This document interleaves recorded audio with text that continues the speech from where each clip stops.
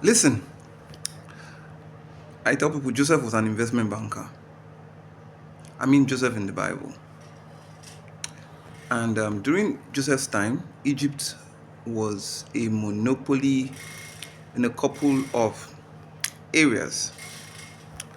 They were a monopoly in grain, global monopoly. They were a monopoly in linen and textile. They were a monopoly in papyrus. They were a monopoly in gold. And this made them the economic superpower of the world. Those areas that they were maintaining economic monopolies over. Now, I like to draw a lot of inference from the Bible. You see, people sometimes ask these questions. When will Nigeria, enjoy or get to the promised land and all of that? See, sometimes these things are very simple. I'm an investment banker with a number of years of experience, designing or structuring transactions. And I've come to understand that the talk of too big to fail is actually real. Sometimes a thing needs to be too big to fail so that it doesn't fail. Did I say sometimes? I guess all the time. Okay, very quickly, Dangote refinery. Dangote had a lot of enemies, made a lot of enemies because of that refinery. But despite the enemies he had, some of which were high up there, at some levels of power, despite all of that, and he also had friends high up there also, right? But despite all that came against him, because the refinery was just too big to fail. I mean, we're talking about the $19 to $20 billion investment. That was just capex investment. We've not talked about opex. Um, he survived it, and he won. You see, sometimes a country needs to build things that are too big to fail. And you also need to sometimes build monopolies around it. You see, the reason why the United States is the richest country in the world is very simple. I mean, they control 25% of the world's wealth, just one country. Out of about 160 countries on earth, just one controls a quarter of all the world's wealth. It's very simple. The US holds a monopoly in oil and gas, energy. Nigeria is still struggling to do 1.5 million barrels per day. The United States does 30 million easy every day. No other country on earth, no other country, no other syndication of nations are able to do that. 30 million barrels every day. And so you hear people saying that if you've not been to Texas as an oil company, you are not yet doing any business. So even whether you are a Russian oil and gas company, you hate America, or you are some other kind of, maybe you are an Iranian oil and gas company, for some reason you are one of those countries that hate America, you still have to visit Texas because it is the energy headquarters of the world. You can't operate a regional oil and gas concern, without having something to do with Texas in the United States. Talk less of a global play, you're joking. That's one, energy. Now, the US also is a monopoly in certain grains, certain vital, important grains as simple as corn, agbado, maize. Do you know that Nigeria imports maize from America? It's so annoying. How? As a child, I planted agbado, maize. We used to plant it. It's supposed to be the easiest thing to plant. But America is a major dominant player, monopoly-like player in corn production. Okay? Another thing that America is dominant in is weapons manufacturing.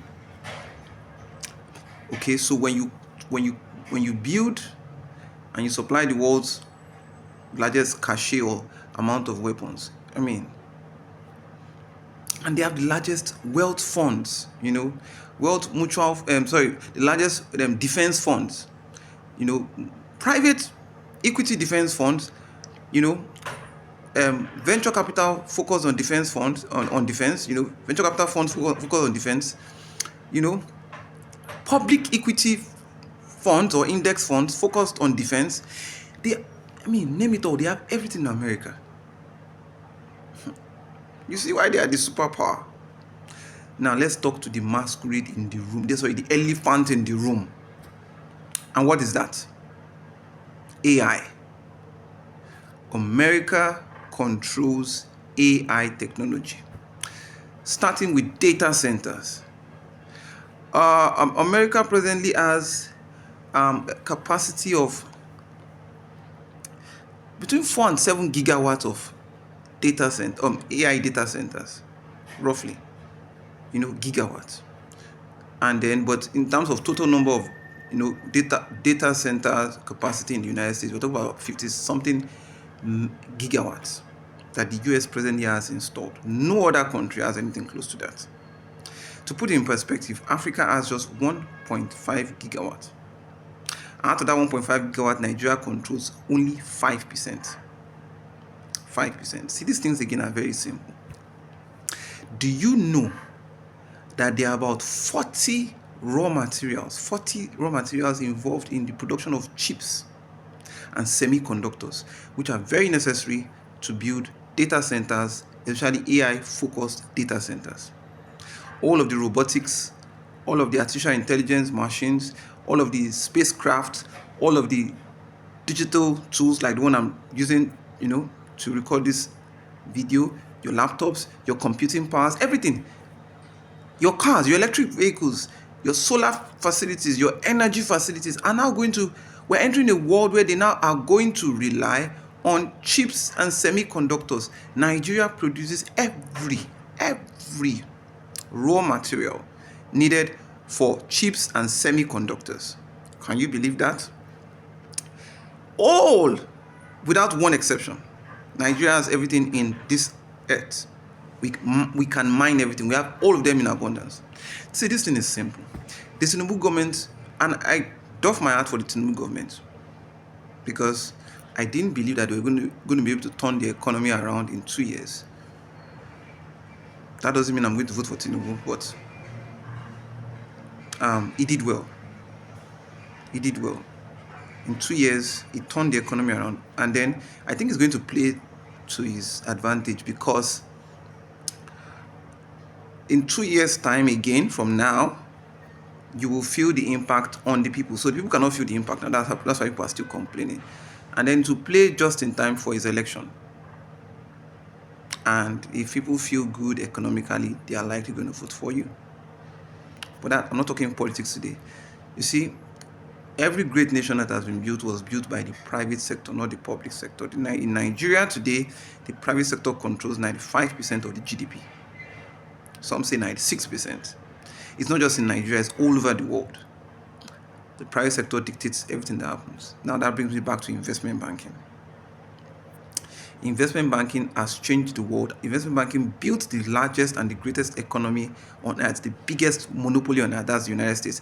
Don't forget the JP Morgan story, how JP Morgan started, how he started investment banking. You can go and watch the movie called The Men Who Built America, and then see how all these guys, Vanderbilt, Rockefeller, these guys were all investment bankers in disguise. I tell people, Elon Musk is an investment banker. Just watch his modus operandi, right? Including Bill Gates. All of them, including Aliko Dangote, Tony Elumelu. Name them. These guys are classic investment bankers. Investment banking holds the key to a nation's emergence as a dominant player, a global dominant player, a global economic superpower. Now, again, talking about how the economy turned around, do you know that this is the first time in Nigeria's history that we are having an investment banker manage the monetary authority or head the monetary authority, and another investment banker head the fiscal authority of the economy at the same time? Now see the results. Why are we surprised? I love investment banking. I love what it can do to nature, to life. Like I said, Joseph in the Bible, yeah, Prime Minister Joseph was an investment banker. If you don't believe me, ask your AI. Just say, AI, which figure in the Bible, could be said to have had a career that is most likable or comparable to investment banking? It was Joseph. Now, see what Joseph did. He engaged in commodity exchange, just like we have now. We have commodity exchange, right? We have the Abuja commodity exchange, we have the Lagos commodity exchange, right? It was investment banking, classic investment banking. He saved up for 7 years, more like a mutual fund or something, okay, or a bullet style bond, and then released it after 7 years, gradually. And the Bible says, and everybody in the world came to Egypt to buy from Joseph. I'm quoting scripture. Everybody came to Egypt to buy from Joseph. Everybody can come to Nigeria to buy from investment bankers if we build the right things. It's very simple. Why can't all the investment banks in Nigeria, the issuing houses, come together? Appoint JP Morgan as, lead issuing house. Create a super SPV, a $1 trillion SPV. I mean, the Tinubu government is talking about building a $1 trillion economy. To build a $1 trillion economy, you must be doing transactions way above $1 trillion. If you understand, I mean, the economists listen to me, we understand what I'm saying, right? You would have to build transactions that far outweigh $1 trillion. Because GDP is about productivity, so it's about what the capital you deployed is producing, right? Producing. Now imagine starting a $1 trillion SPV, and all the asset managers in Nigeria will be the joint fund manager, led by BlackRock. Okay, so BlackRock will be the lead fund manager, and then every asset manager in Nigeria, licensed by SEC Nigeria, will be a joint fund manager. While for the capital raise itself, the lead issuing house will be JP Morgan, United States, right? And every issuing house in Nigeria, licensed by SEC Nigeria, will be a joint issuing house. Then we appoint the largest issuing houses in the United Kingdom, which, apart from JP Morgan, right? In South Africa, that's 2. In UAE, in Germany, in Canada, in China, in Japan, 10 of the largest GDPs in the world. We appoint big issuing houses there to also be joint lead issuing houses. And then you raise $1 trillion. These guys will market the hell out of this thing. It's going to be a concerted effort. And they will raise the $1 trillion. Just give it 2.5 months, offer opens on so date, closes on so date. And what will this $1 trillion be deployed into when it's now housed in the SPV? First of all, this will require massive cooperation from the federal government. First of all, nothing coming from that SPV will be taxed. No investment emanating from that SPV will be taxed. It's going to be a 50-year or 40-year tax break. Right? That's number one. And even after the 40 years or 50-year tax break, you can then you can then say, okay, if we're going to tax the corporates that come out of the SPV or that are funded by the SPV, you can then say, okay, maybe it's going to be 15%. Then you target the Sam Altmans of this world, the owner of OpenAI, or let me say the leader of OpenAI. You target the Elon Musks of this world. You target the Larry Pages of this world. Larry Page is Google, right? Elon Musk is Grok, Tesla, Grok AI, XAI, Twitter, and all of that. Right? These are the guys you should go after. The CEO of NVIDIA, Jeff Bezos. You go after these guys and you get them to come and do something in Nigeria. You offer them the capital. It could be in equity for projects in Nigeria. Out of that SPV, you're going to build something like a city. You can call it the dream city. Okay, and that city is going to be a city that you need no visa to come into. It's going to have its own airstrip. So the money to build the airstrip will come from the $1 trillion SPV. It's going to be another economic project on its own. So it makes money, right? Now you're already making money. So it has an airstrip, a private airstrip where these billionaires can land their jets and they can take off, right? No visa checking, no immigration checking, none of that. We do not need that. Okay? And then you build crazy, massive real estates there, the type that would make an Elon Musk, a Sam Altman, a Larry Page very comfortable, a Mark Zuckerberg, to live in. You want them to spend more time in Nigeria, even though they are not likely going to. But if they're not going to spend more of their time, at least they should spend a very good, considerable amount of their time. So you build massive, beautiful, gorgeous real estate. Already, Eco Atlantic is arguably the most priced real estate in the world. So we can do it again. You understand? But we pay attention to luxury, comfort, technology-driven real estate. Those AI command features. You enter the house, or you drive on the street, the street lights go on and off, and all of that. Climate friendly. You tick all the boxes, especially for ESG investing. Then guess what again? Like I said, it will need a lot of cooperation with the Nigerian government. Then now they are all going to enjoy tax breaks for 40 years, right? And even after the 40 years, they get to pay only 15% corporate tax. No 32, 31, all this, annoying 32 corporate tax makes you not competitive. Okay? Then you commit to providing them free stuff. Try that. We spend money on a lot of things that we're not seeing results on in Nigeria. The truth is that I've seen some federal government projects and they're actually spending money on some things, but some of them are good, but the resources going to those things could be used on something better like this. So imagine if Sam Altman is coming to start. Let's even look at this. A 10 gigawatt AI focused data center. That will cost roughly about $100 billion to build. The money coming from that SPV, don't forget.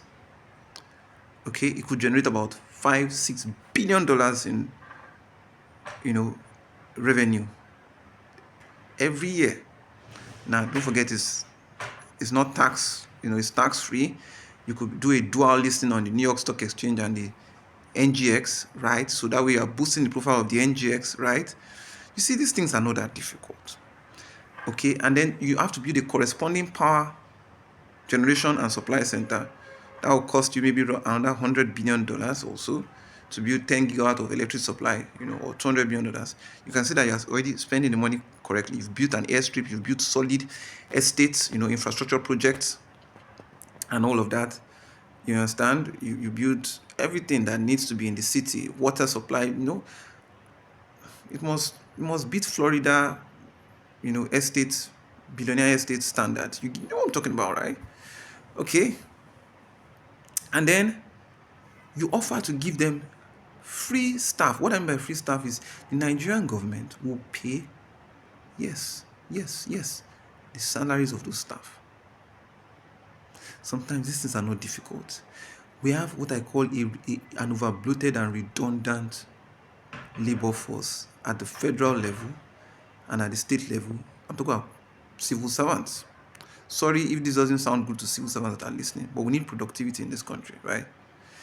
As civil servants are retiring, they are getting old. Stop employing new, young civil servants. Or you replace them with, for every 10 roles that were existing before, replace with only one person, one young person. The salary for the 9 you have freed, you can use to pay salaries for people that are working with Sam Altman. This is your competitive advantage. If he goes to Cayman Island to start his company and he doesn't pay any form of tax, but he still gets to pay his staff salary. But this is your competitive advantage. You are providing him capital, so he's not needing to go and even raise capital. From the SPV, you are giving him the capital, whether it's equity capital, but I think equity will be good, right? Number 2, you are saying he's not going to pay tax. Number three, you are giving him labor free. Cayman Island will not give him that. British Virgin Island will not give. I don't know any tax heaven on earth that will give him free labor. You give him that for 5 years. Yes, guaranteed. You could even say you give him for 7 years. Pay their salaries. The federal government civil service about 1 million in number. Yes, we know that includes a lot of critical, workers. Critical, you understand? But like I said, you can free up salaries of 500, half of that number. You just need a good top four, like Deloitte, to help you do an audit, and you find that a lot of these people, you don't need them. So as they are retiring, stop employing. The money you have used to pay salaries to them, use it to pay salaries to staff that are working in this data center. AI focused massive data center. Now don't forget, I said US data, AI focused data center. That means US has 57 gigawatt of data center power right now. But the one focused on AI is just about 4 to 7 gigawatts. 4, 5, 6. It's not up to 7 exactly, but it's over 4. Right? Now, if you build a 10 gigawatts in Nigeria, it means overnight you've overtaken the United States. That brings us back to the talk of monopoly. Right now, Nigeria just does about 50 megawatts, which is 5% of Africa, 7% of Africa's data center power capacity or data center capacity. South Africa is doing 70% of Africa's data center capacity. Nigeria is doing 5%. But if we do this, you'll be doing more than the United States. Now, the thing is this: wherever the data centers are, the tech companies follow. Yes, it's a ripple effect. So you want global tech startups to come to Nigeria? They can. They can. Offer them the same 40 years tax holiday. This is not the time to bother about. Let me tell you, the employees that are working with them, and you can do quota. You can say, oh, it's not going to be all your employees, because what if NVIDIA comes? You target NVIDIA. Tell NVIDIA to come. Tell OpenAI to come. They should come. They build their data centers here. There will also be knowledge transfer, skill transfer to Nigerians, because the condition is that you are paying Nigerians, not Americans. So they can bring their, they can bring their ESCO. There's no skill quota, so they can bring as many foreign staff as they want. But you will pay only the Nigerian staff, Nigerian citizens staff of these data centers, massive AI data centers. Right? Then you bring them. You see, in 5 years, you'll have built massive national skill in AI. Now, Sam Altman, the number one guy in AI, if you like, in the world, said once that AI is the new oil, the new crude oil. You want to be Egypt in the Bible? You want to be America today? The cheat code are these things I'm talking about. You need massive capital injection, not tiered capital injection, massive bullet style. That's why I said you get all these syndicated issue analysis from all over the world, right? So BlackRock is bringing in the highest level of global professionalism in managing the fund, while the Nigerian asset managers are bringing local expertise. Okay? And then, before you know it, everybody starts coming to Nigeria. All the tech startups. Before you know it, Y Combinator will move to Nigeria. The VCs will follow them. The VCs go where the tech startups go. Because I had a joke that a VC a VC general partner in the US was making, and he said, now right now, anytime you go to any restaurant in Silicon Valley, the next thing you see is, that's any startup engineer that goes to, next thing you see is a VC marketer just comes to your table and says, hey, we learned you're running a startup, or you're about to start a startup. Oh, do you need funding? What does that mean? The VCs, the venture capitals, the private equity funds, they follow wherever the startup schools. So you know what you are doing with that? You are forcing capital beyond the $1 trillion to start flowing by itself to Nigeria. Don't forget, you've created the real estate, you've created the landing strip. They don't need immigration, they don't need visa, they don't need all those things. You don't need immigration officer there. In fact, in that city that I talked about, the dream city, you create its own special police, civilized, well trained, trained in, you know, in the best environments all over the world, where they have a lot of civil respect, for people and all of. So it's going to be a civilized police and civilized policing system that operates like some of the best in Netherlands and other developed countries in the UK, right? And you have all these data centers come to Nigeria, and before you know it, you are already building a monopoly. You're already competing with the United States.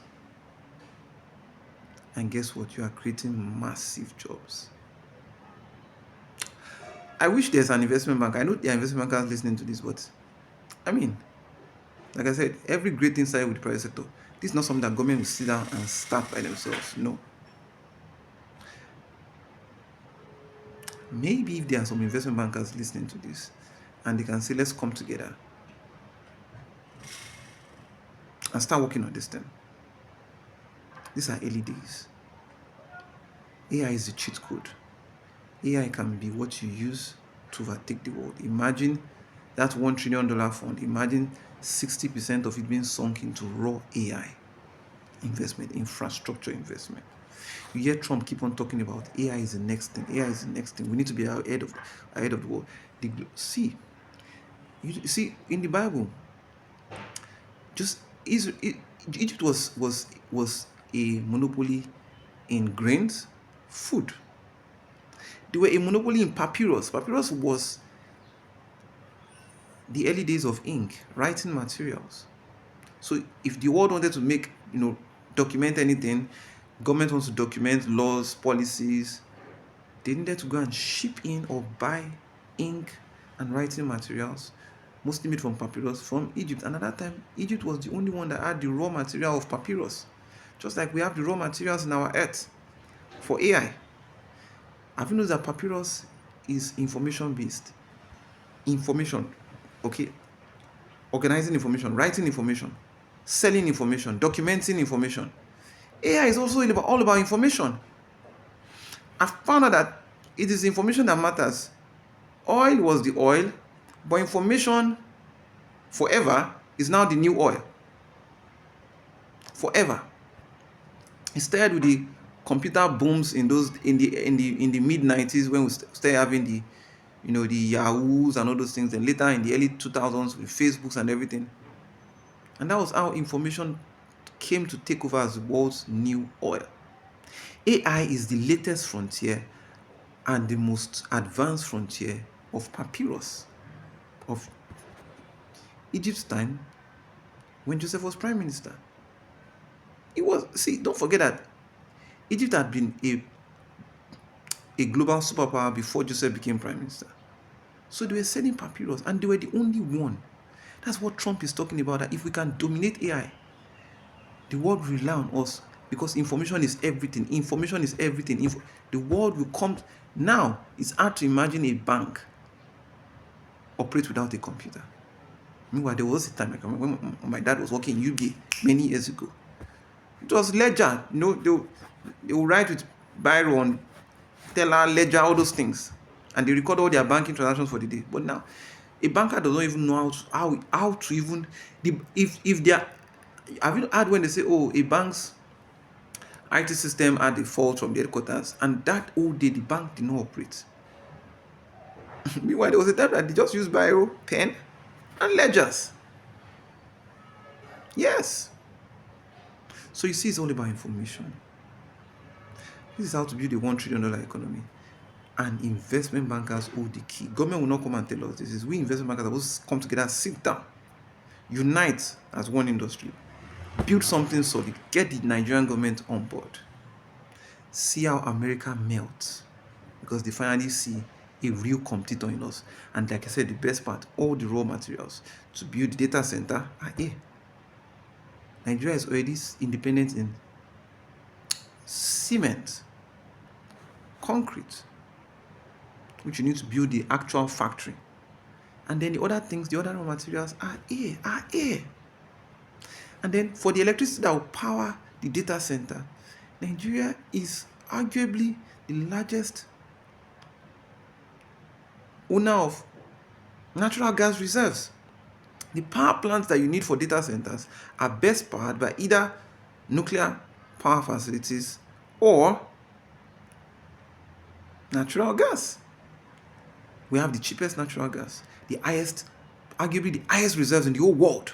In the whole world. Don't forget, US dominates in crude oil.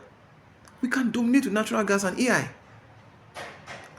And all the offices will be in that dream city. I need to stop talking now. I don't know. Maybe we can collaborate. Maybe we can bring this to life, I'm yours truly, Ayo Adegbesan.